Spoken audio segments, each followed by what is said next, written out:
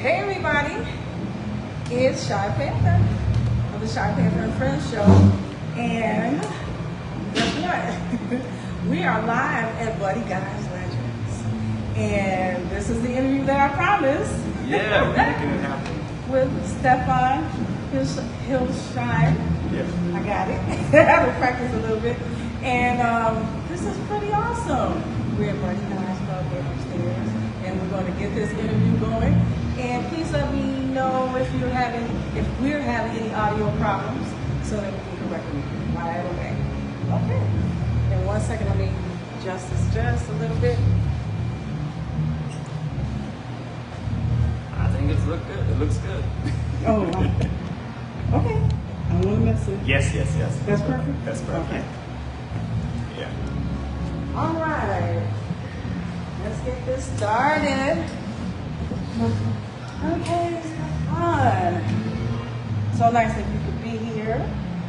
And before we get started really with our questioning, for the people who have never seen the show, Shy Panther and Friends show is here to celebrate the cultural heritage of the blues.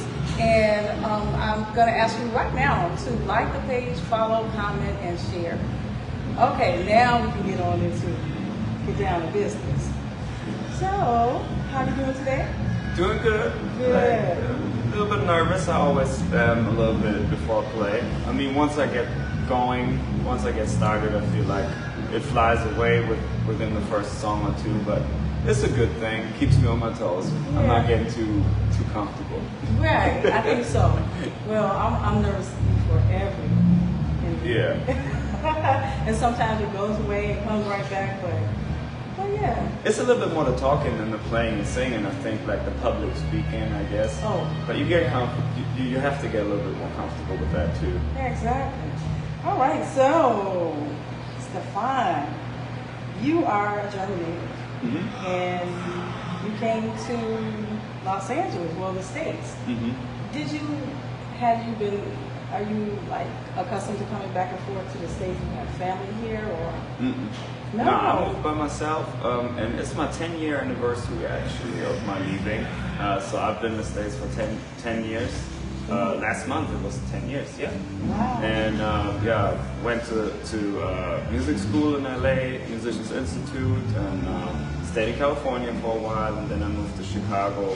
It's going on 3 years ago. Wow, and you did this on your own. Mm-hmm. That's pretty great. That's super great. How old were you when you came in? 28. Yeah, I'm turning. Yeah, 27. Yeah. Okay, so are you the first musician in your family, or? No, my dad plays guitar and my uncle plays guitar, but I'm the first one crazy enough to make a career out of it. Well, yeah, that I don't know if that's crazy. I think it's more about you gotta do what you love. Yeah, be happy. I mean, it's not always easy, but Right. like when you put your mind to it, like it's there's a way. Where there's a will, there's a way, like you say. Yeah, absolutely. How old were you when you started playing? 5 years. 5. Yeah. Wow. 5 around the house, and then a couple of years later, I got some lessons. But I picked up my dad's guitar around that age. It's way too big and stuff. Yeah. There's some pictures where I'm like holding it, and I have to hold it like this, like an upright bass, because it was too big for me to reach around. 5-year-old. Yeah. So, how did blues come into the picture? Little by little, I have to say, I didn't jump right into blues. Like, I mean, I feel like a lot of people didn't, because I think my dad's record collection, like there was a lot of kind of 60s classic rock singer-songwriter in there, and it's not that far away. Like I liked songs like Red House with Jimi Hendrix, or like some stuff that I heard where I'm like, well, that is blues, but especially when I started playing it, I got more and more curious about like, well, who did they get? inspired by. So I discovered Howlin' Wolf, I discovered Elmore James, the Three Kings, you know. And so I would little by little work my way all the way back to Son House, Robert Johnson, Lead Belly, like reading like Delta Blues. But it took me a minute. And also I feel like a lot of these old recordings, it's a process to get comfortable because it's not really, listening to it, it's not really like modern recordings. So it took me a little bit to really appreciate it, you know, these old recordings. And now I love them. And at first you're like, wow, this sounds like somebody recorded it like on a tape deck somewhere, you know. Like, because it's so advanced now. Right. And a lot of it was, I think, makeshift studios. Like Robert Johnson didn't even get recorded in a recording studio. He got recorded in a hotel room.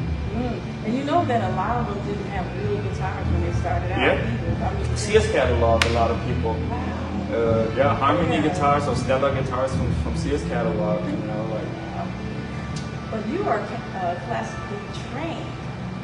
So did you play through high school, and how did you make it there to do that?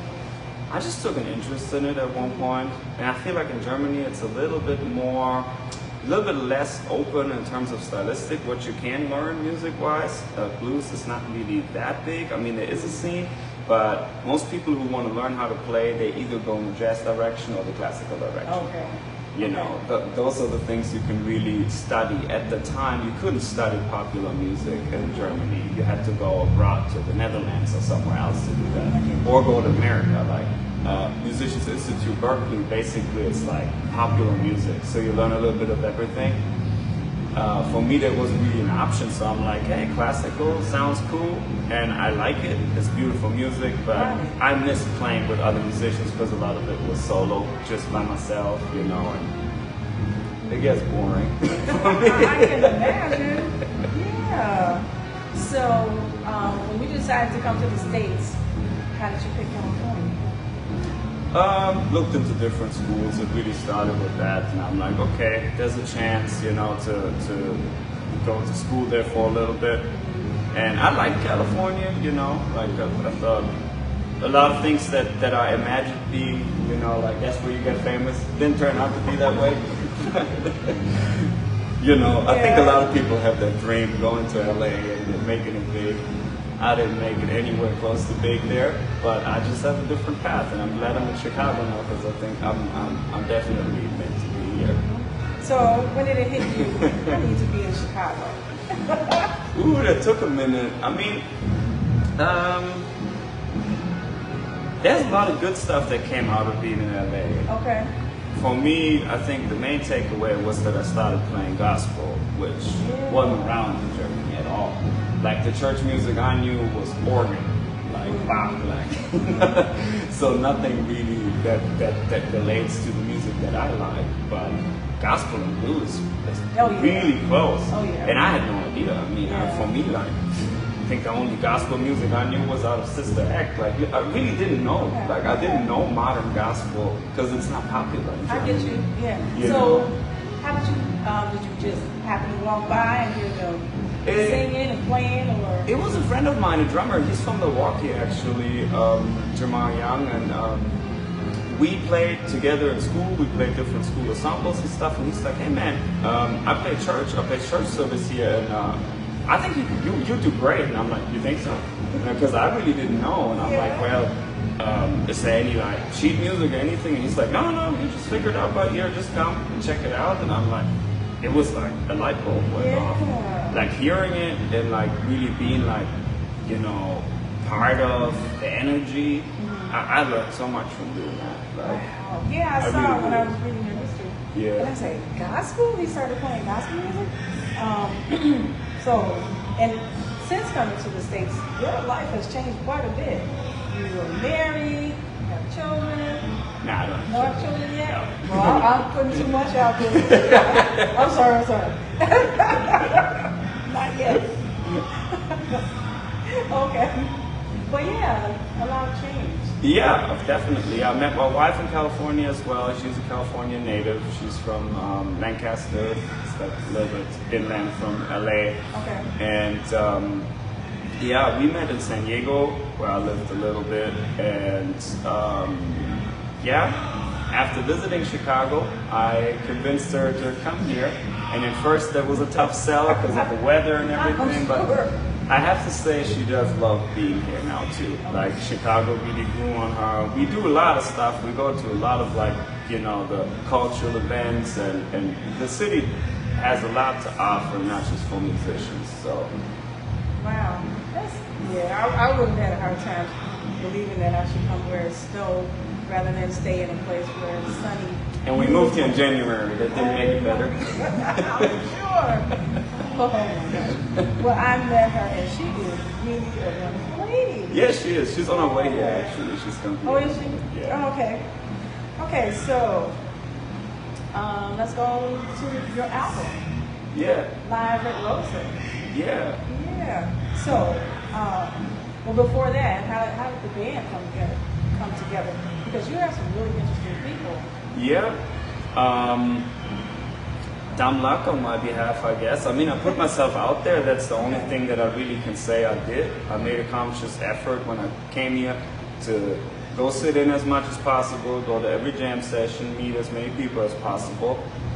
But I stumbled just upon like the right pieces, you know. It wasn't a long process of trial and error and hiring people and changing things. Like I met Deontay McMusic, the drummer I've been playing with for like pretty much since I got here, 2.5 years. I met him at a jam session. It was when the PL Lounge used to have a jam session on Mondays. And I met Daryl Wright, who plays bass in my band. I met him playing at Slippery Noodle in Indianapolis with a mutual friend, Nigel Mack, who we were both playing with. And that really happened within a month of me coming here. And then Ario, Sumito Ariyoshi, is usually we're three-piece, but he has been the most recent addition. He's in Japan, he's not with us tonight. So he's international traveling musician. He goes to China and Japan and plays a lot of international. But when we can't have him, he's a great addition. Yeah, I'm just checking out. I went to look at everybody's background and everybody well established, and I think you're really fortunate to have such a good group. Yeah. Yeah. It's good to have the experience. You know, Deontay and I, we're about the same age. I think he's a few years younger than me. And Daryl and Ario bring a lot of experience. Like Daryl played with Mavis Staple and you know, like Billy and Ario and Deontay are already really comfortable playing with Billy Branch and the Sons of Blues together. So you bring chemistry on top of chemistry, and it really matters. And that's something that I really had to learn in the last 10, 15 years. It is what you're doing, but also who you're doing it with. That's right. It really matters more and more when you come down to the meat and potatoes. What's a good band and what's just a good guitar player with some random session musicians. Right. Wow. You know, a band is always gonna outdo somebody who's just, you know, hiring a bunch of people. And I, from what I'm learning, it's not always easy to get a good group, and not fast. It won't happen fast. In your case, it was just meant to be. Sometimes it happens. Yeah, it's luck. It's what fortune, whatever you want to call it. But yeah. Okay, now let's talk about that album. I love the songs in there. It reminds me of I mean, I have my own phrase for it, like kind of blues, but it has Delta style. Am I wrong about that?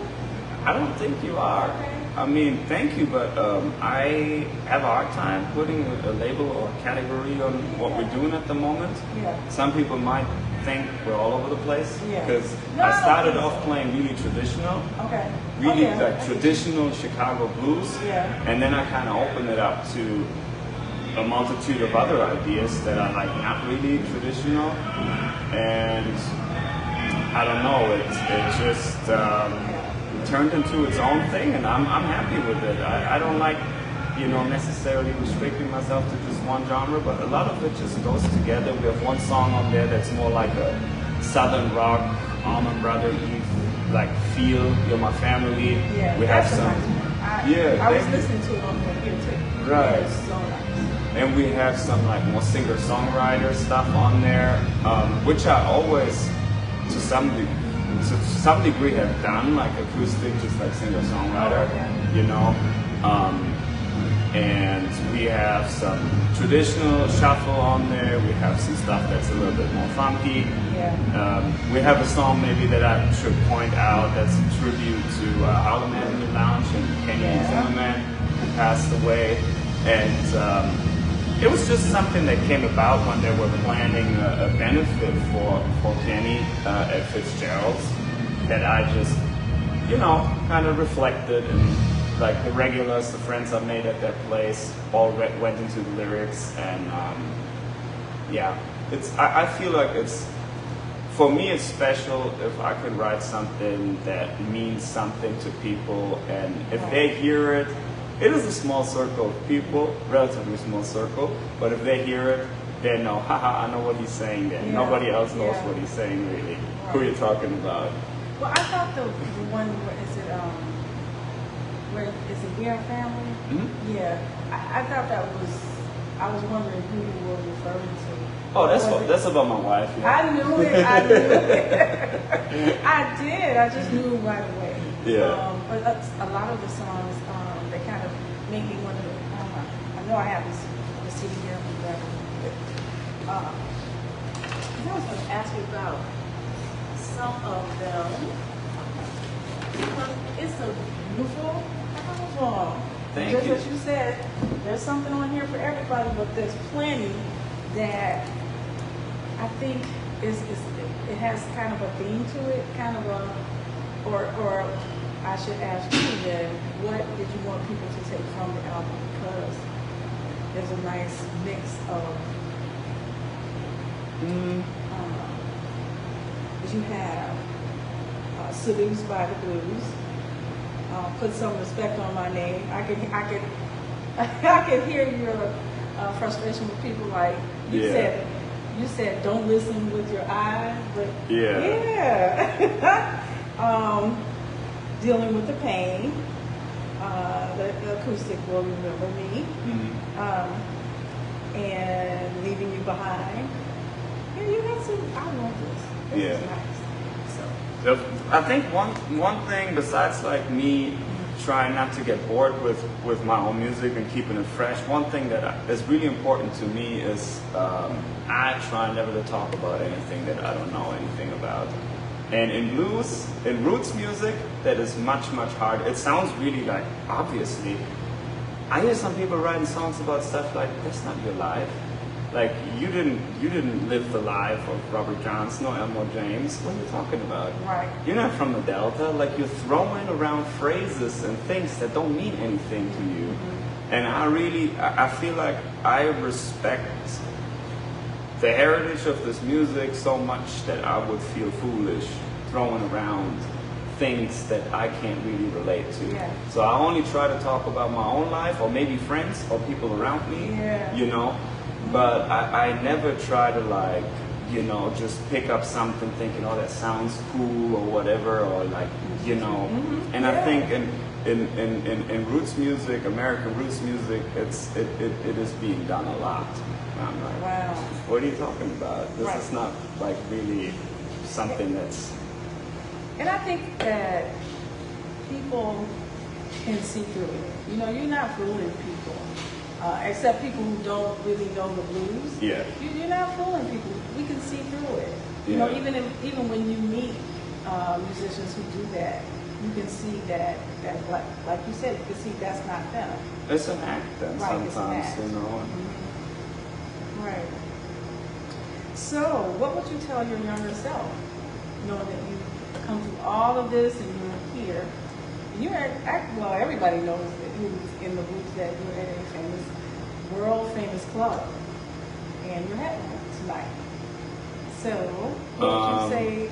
Did you think that you'd be here one day, or? I don't know, sometimes I gotta pinch myself. I mean, I'm always looking ahead, like, I mean, there's a lot of stuff that I still want to, like, accomplish, so I don't really spend a lot of time looking in the rear mirror thinking, oh, that's great, you know?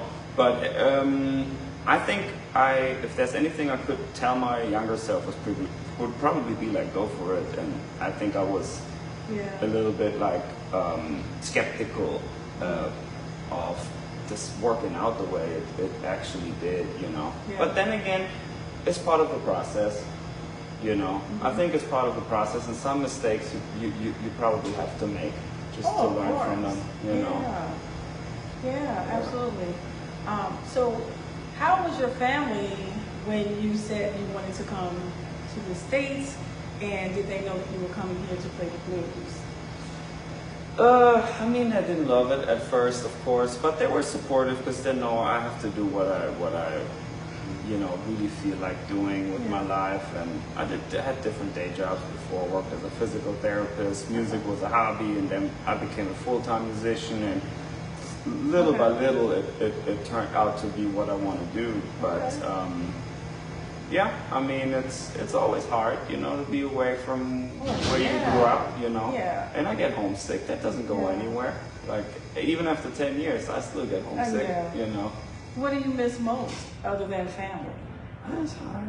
Food, culture, like, I don't know, just certain places to be. I guess when you live in Germany, like in the area where I'm from, Koblenz, you take all the old buildings and castles and everything for granted. They're just there. And but I really came to miss, like, you know, the history and architecture. Yeah. Wow. Well, can you remember, or what is your most memorable gig so far? It's hard to tell that. Sometimes gigs are different and memorable in different ways. Sometimes you think you personally played really well, or it really, like, the band sounded really good, and sometimes it was just in front of a lot of people.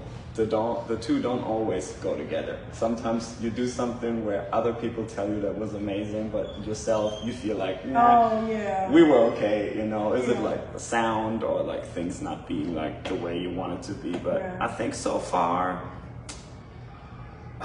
it's really hard to tell. I don't know. I'm gonna have to pass on that. Like, I think it's still gonna happen. My most memorable. Honestly, I had a feeling that you might say something like that. I really did. So, what are favorite places that you played up to now? Oh, I love playing at Buddy Guy's. I love playing at Rosa's. I love playing at Blue Chicago. I like the festivals in the summertime that are here, like in Illinois and Indiana. And I really like these outdoor festivals in the summer. Good food, and it's a great experience. Yeah, there's something every weekend. Absolutely. Okay, so with your album and the label, your recording label, Stellar Blue Music, how did that happen? Just a way of putting it out myself. It's a very small operation so far, you know, but it's just my attempt to, you know, create my own distribution. It's not anything big. I mean, anybody can start the LLC, and it's mostly about, like, protecting, you know, protecting the publishing rights for music, because I write a lot, and I'm like, I just don't want it to be free floating out there, and then you have a situation where it's not clear who has ownership. So that's truly important to you, and that's very important, you know, in this business, and it has a history, I'm sure you know, of manipulating people and not doing right by musicians. So I thought that was pretty cool. So there's a little story behind it, the label. Oh yeah, that's my dog's name, Stella. She's our mascot. Okay. Well, we know that, I should ask, if you weren't a musician, would you be a physical therapist, or would you be doing something else? I like doing that job. I think it would be probably either that or some sort of teaching. Okay. Yeah. Okay. Well, what's next for you? What's next? Yeah, we have a lot in the making for next year. I don't want to give it all away, and some stuff is like 80-70 or 90-10, like they're not 100% ready to be announced. Some things, but we're working on some festivals, and some of them are international, which would be a first for me with my own music. I've traveled internationally with bands, but I haven't played international shows with my own music. So we got something that's maybe coming up pretty soon. So Okay. I can't really tell too much about it, but in general, just writing more music, getting more out there to play. I'm looking forward. We're back at Blue Chicago in December to work with the Women of the Blues there. They got a great roster of talent with Demetria Taylor, Shirley Johnson, Shell Youngblood, and Aretha Weathersby, and that's a cool format for me. I get to do my show, but I also get to play with seasoned female blues artists, you know. And they're terrific. Yeah. It's a nice change of pace for us. Yeah. You know? So before we go, too, you wrote most of these. All of them. All of them. Yeah. Whoa. This is awesome. And I have to say again, where can people get your new CD? I mean, my preferred option is you come to a show, say hello, and we get you a CD. That's right. Other than that, I mailed some out, and you know, if you want to find it online, you can. You know, it's on Spotify and iTunes and all that stuff. But if you really want to support a band or musician, the 0.000 cent from Spotify isn't going to do much for us. You know? Yeah, I think we all know it now. But yes, Stefan Hillesheim band live at Rose's Lounge. Right. And you guys know all the time I always say, please come out and support live music. Come out and support them, buy their wares, because the money goes directly to them. And I've been making my own self come out because I've been hibernating, and now that it's turning cold. But yeah, this is a wonderful time actually to come out, because we might not want to be outside too much. So come on down to the clubs and support the bands. Yeah. Okay. Thank you so much for sitting down with me. I really appreciate it. Thank you. And thank you, Buddy Guys Legends, for allowing us to do this. And Stefan is playing here tonight. You can still make it. Yes, 9 o'clock. Get your butts here. Come on down, and it's a great time to have an outstanding band. You're gonna love the music. And I don't have anything else to say about it. You've got to come on in and see for yourself. And thank you guys for tuning in to the Shy Panther and Friends show. Take care of yourselves and your neighbors, and I'll see you next time on the Shy Panther and Friends show. Bye. Bye. Okay.